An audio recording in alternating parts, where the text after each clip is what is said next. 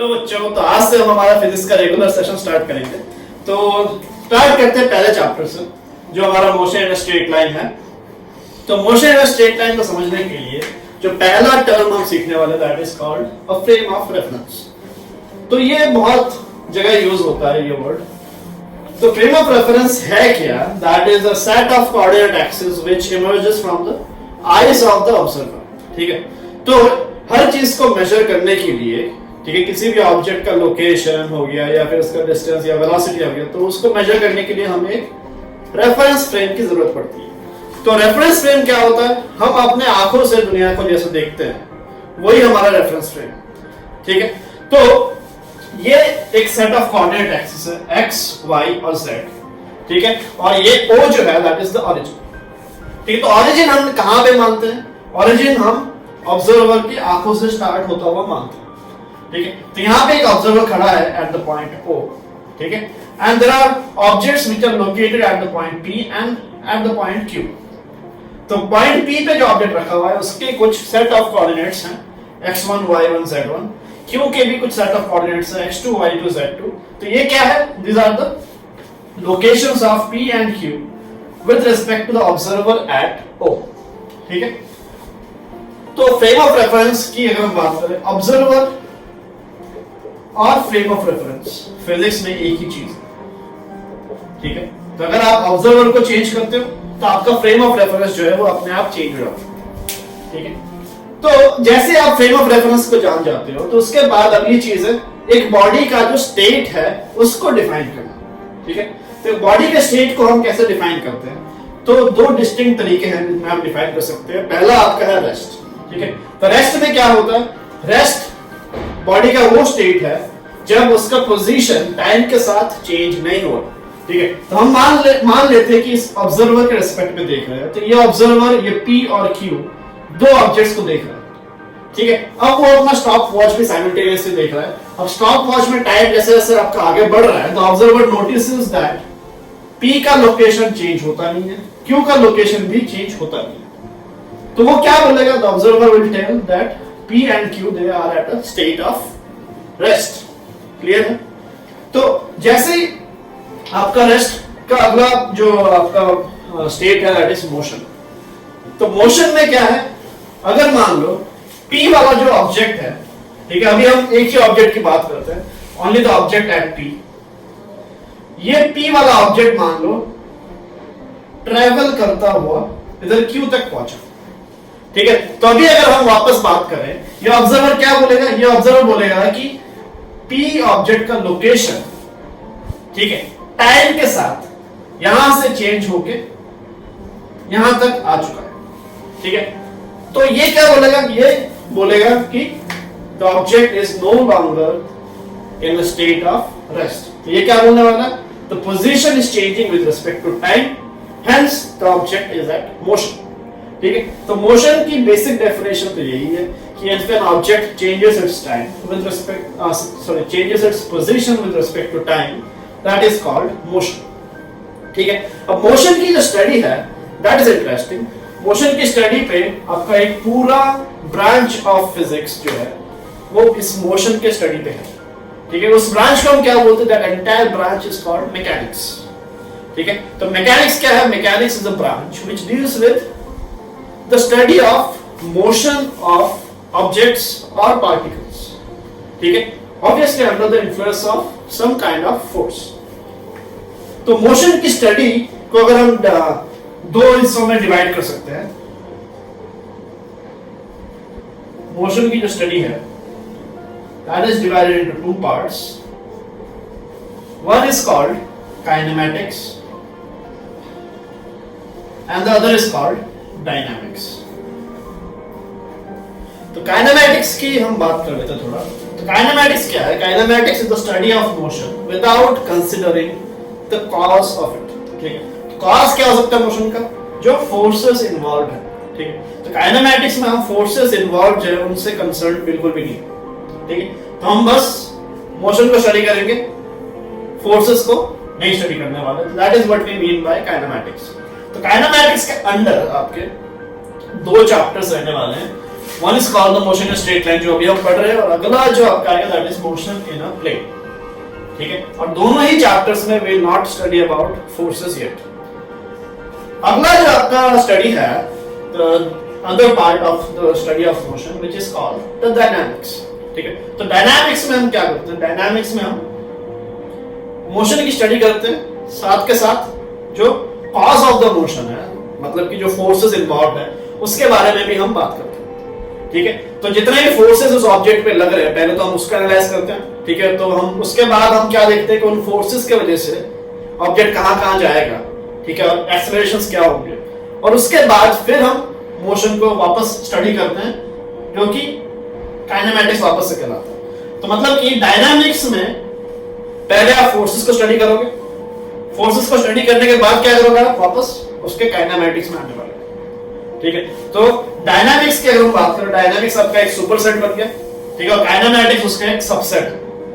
ठीक है, तो kinematics is a part of dynamics. तो अगले मोशन इन अ प्लेन के बाद जो अगले 5 या 4 चैप्टर्स जो है प्लेन, ठीक है, तो वो आपके डायनामिक्स के अंदर आता है। तो डायनामिक्स के अंदर क्या क्या है, न्यूटन्स लॉज ऑफ मोशन आएगा, फ्रिक्शन आने वाला है। ठीक है, इसके बाद वर्क बाय एनर्जी आएगा। ठीक है, उसके बाद आपका सिस्टम ऑफ पार्टिकल्स और रोटेशनल मोशन। ठीक है, तो वो 5 चैप्टर्स आपके डायनामिक्स के मेन है, और ये दोनों मिलके काइनेमैटिक्स और डायनामिक्स जब आप कंबाइन करते हो तो आपका क्या बनता है, एक पूरा ब्रांच ऑफ फिजिक्स बन जाता है, जिसको हम क्या बोलते हैं, वी कॉल इट मैकेनिक्स। ठीक है, तो मैकेनिक्स क्या है, मैकेनिक्स आपका basically composed of kinematics and dynamics. तो ऑल इन ऑल मैकेनिक्स क्या बोलता है, it deals with study of motion of objects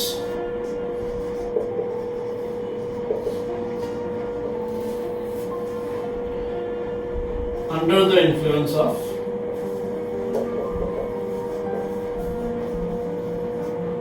forces। तो जब हम मैकेनिक्स को पढ़ते हैं, मैकेनिक्स को खत्म करने के बाद हमें क्या पता होता है, हमें यह पता होता है कि फोर्स लगेगा तो ऑब्जेक्ट जाएगा किधर। ठीक है, और कितना टाइम बाद कितना वेलोसिटी होगा। ठीक है, तो ये सब चीजें हम बता सकते हैं, पाथ कैसा होगा, ये सब चीजें हम मैकेनिक्स के स्टडी से बता सकते हैं। ठीक है,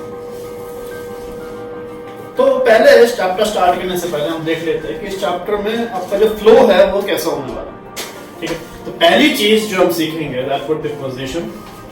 ठीक है, अगला जो हम सीखेंगे that would be displacement followed by velocity, फिर हमारा एक्सेलरेशन आने वाला है, फिर हम इक्वेशंस ऑफ मोशन पे मूव करेंगे। ठीक है, उसके बाद ग्राफ्स एंड देयर स्टडी, फिर हम जाएंगे मोशन अंडर ग्रेविटी में। ठीक है, मोशन अंडर ग्रेविटी, फिर हम फ्री फॉल के बारे में पढ़ेंगे, और फाइनली हमारा रिलेटिव वेलोसिटी। तो ये जैसे ही आपके टॉपिक्स खत्म हो गए हमारा चैप्टर भी खत्म होने वाला है। ठीक है, तो अभी स्टार्ट हम पोजीशन से। अभी जो हम देखने वाले दैट इज पोजीशन और लोकेशन।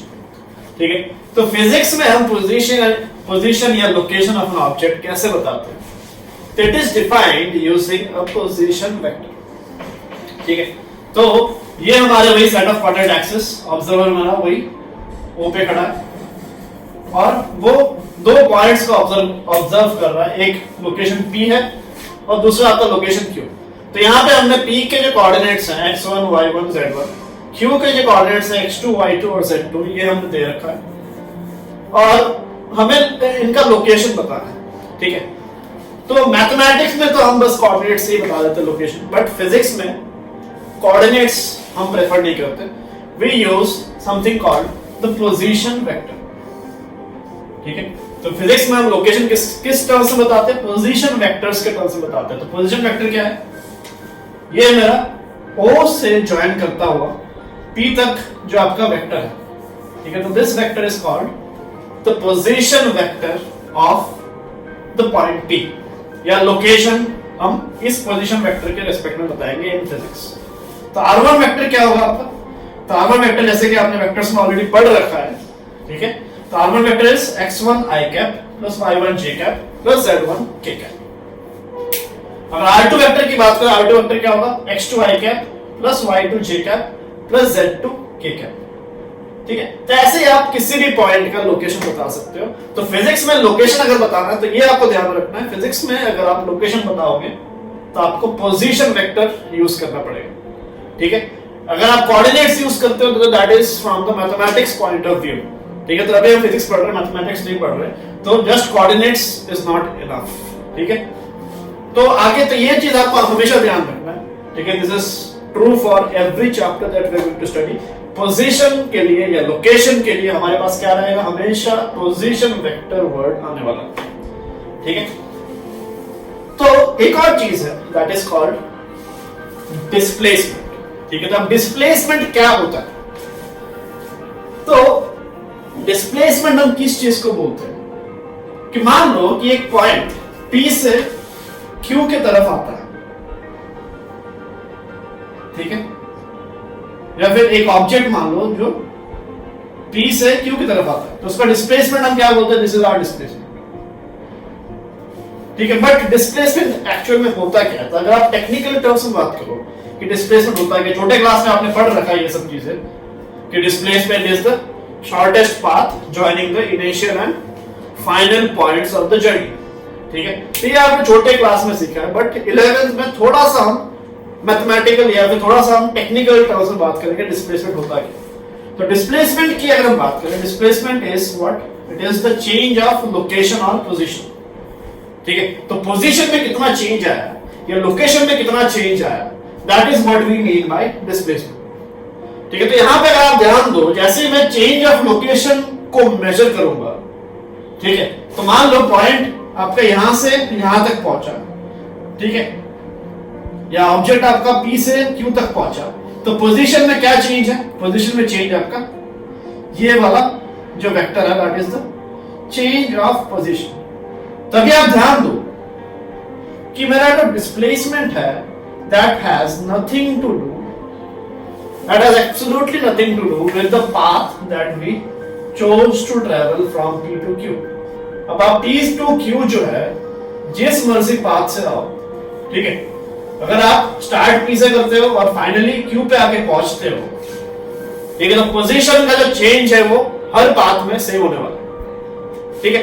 तो दिस इज अ वेरी की पॉइंट, तो इसको ध्यान से आप सुनो कि हमें बस लोकेशन का चेंज कितना है उसको मेजर करना है, उसको जो हम मेजर करते हैं उसके लिए जो फिजिकल क्वांटिटी आपका डिफाइन होता है that is called displacement, and it has nothing to do with the path that we have chosen, ठीक है, to reach from P to Q, ठीक है। अब पाथ 1 चूज करो, 2 चूज करो या पाथ 3 चूज करो, पोजीशन का चेंज P से Q ही हुआ है, किसी पाथ में आप आओ, ठीक है। तो इसका मतलब क्या है, तो displacement is independent of the path that we choose, ठीक है। तो यहीं से आपको छोटे क्लास में जो एक पढ़ा हुआ है आपने difference between distance and displacement क्या होता है, ठीक है, तो यहीं से आपको ये चीज क्लियर हो जाता है, ठीक है। तो डिस्टेंस इज व्हाट, ये पूरा पाथ लेंथ मेरा कितना है, that is what we mean by distance. But अगर मैं लोकेशन की चेंज की बात करूं, तो the moment I shift to change of location, ये वर्ड जैसे ही मैं यूज करता हूं तो हमारा पाथ जो है वो पिक्चर से हट जाता है, ठीक है। अब मुझे पाथ से कोई लेने देना नहीं, ठीक है, मैं चाहे जिस मर्जी पाथ में आया हूं, ठीक है, इनिशियल और फाइनल पॉइंट्स में या इनिशियल लोकेशन और फाइनल लोकेशन में कितना चेंज है ओवरऑल, ठीक है, उसको हम क्या बोलेंगे, that is what we mean by displacement. तो displacement vector is what, delta R vector, ठीक है। डेल्टा आर मतलब क्या होता है, डेल्टा का मतलब क्या होता है, डेल्टा मींस चेंज, ठीक है। तो displacement is what, delta R vector का मतलब क्या होगा, चेंज इन पोजीशन या चेंज ऑफ पोजीशन वेक्टर, ठीक है।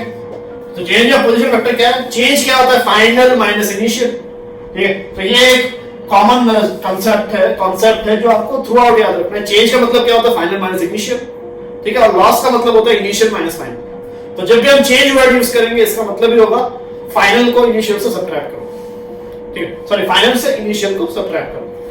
तो अगर चेंज ऑफ पोजीशन बात करूं, फाइनल पोजीशन मेरा क्या है, R2 वेक्टर, ठीक है, और इनिशियल पोजीशन मेरा क्या है, R1 वेक्टर। तो ये चेंज ऑफ पोजीशन आ गया और इसी को हम क्या बोलते हैं, this is already termed as displacement, and this displacement is independent of the path we choose, ठीक है। तो नोट्स भी आप उसी हिसाब से बनाते जाना क्योंकि मैं यहाँ प्रेफर कर रहा हूँ कि it should be more of a visual presentation. तो नोट्स आपको खुद बनाने, ठीक है, जो आप समझ रहे हो इसमें से आपको खुद नोट डाउन करना। हाँ, और जो नोट्स है वो मैं नीचे डिस्क्रिप्शन में आपको शेयर करने वाला हूँ, ठीक है, तो उसके लिए आपको टेंशन लेने की जरूरत नहीं है, आप बस इसको सुनो ढंग से भी, ठीक है। नोट्स आपको नीचे डिस्क्रिप्शन में मिल जाएगी।